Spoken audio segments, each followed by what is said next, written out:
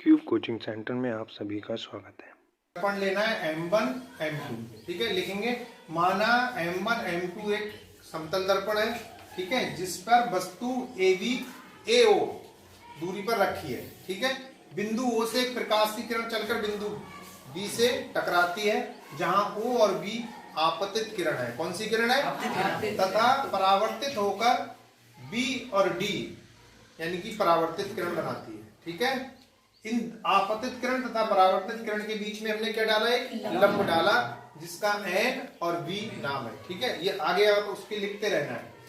इसके बाद हम फिर सबसे पहले क्या करेंगे? परावर्तन के नियम से। परावर्तन का पहला नियम क्या कहता है कि आपतन कोण यानी आपतित किरण और अभिलंब के बीच बना कोण आपतन कोण तथा परावर्तित किरण और अभिलंब के बीच बना परावर्तन कोण आपस में कैसे होते हैं? सेम हमने यहाँ पर लगा दिया, आपतन कोण बराबर परावर्तन कोण। अब हम देखेंगे कि आपतन कोण I है क्या, इसका नाम देंगे तो OBN, यानी कि ये B का आधा भागी क्या है? आपतन कोण है। तो यानी कि O और BN के बीच बना कोण क्या कहलाएगा? आपतन कोण कहलाएगा। वो मैंने लिख दिया। बराबर किसके होगा? NBD के। ये आपका कौन सा हो गया? परावर्तन, ठीक है। यहाँ पर एक ब्रैकेट में लिख भी देंगे परावर्तन के नियम से। अब हम आगे बढ़ेंगे तो हम देखेंगे OBN यानी ये कोण AOB के बराबर होगा, क्योंकि ये कोण और ये कोण एकांतर कोण है। कैसे कोण है? एकांतर।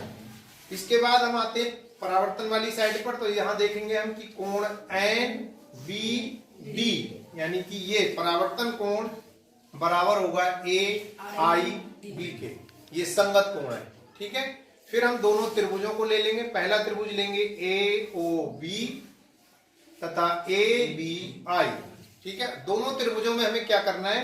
दो कोण बराबर करने हैं और एक भुजा, यानी सर्वांगसम त्रिभुज की एक कंडीशन होती है जो है किसी भी त्रिभुज की दो कोण और एक भुजा बराबर है तो वह त्रिभुज सर्वांगसम त्रिभुज कहलाते हैं। सर्वांगसम त्रिभुज का मतलब है कि जब सर्वांगसम हो जाते हैं त्रिभुज तो प्रत्येक भुजा प्रत्येक कोण बराबर हो जाते हैं, ठीक है। उसको प्रूव करने के लिए हम पहले त्रिभुज AOB में देखेंगे। A कोण AOB यानी ये कोण इस वाले त्रिभुज में किसके बराबर होगा? AIB के, यानी कि कोण O बराबर होगा कोण I के, ये कह सकते हैं, ठीक है। तो हम लिख देंगे कोण AOB बराबर कोण AIB, जो यहां पर लिखा है। क्या लिखा है हमने? त्रिभुज AOB तथा त्रिभुज AIB में कोण AOB बराबर कोण AIB, ठीक है। अगला देखेंगे, हम देखते हैं कि ये जो कोण है कौन सा? OAB यानी ये कितने अंश का है? 90। इधर की बात करेंगे तो कोण IAB ये भी कितना है? 90 अंश। तो ये कोण भी बराबर हो गए।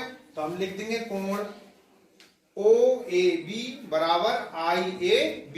ये कैसे कोण है? समकोण, ठीक है। दो कोण बराबर हो गए।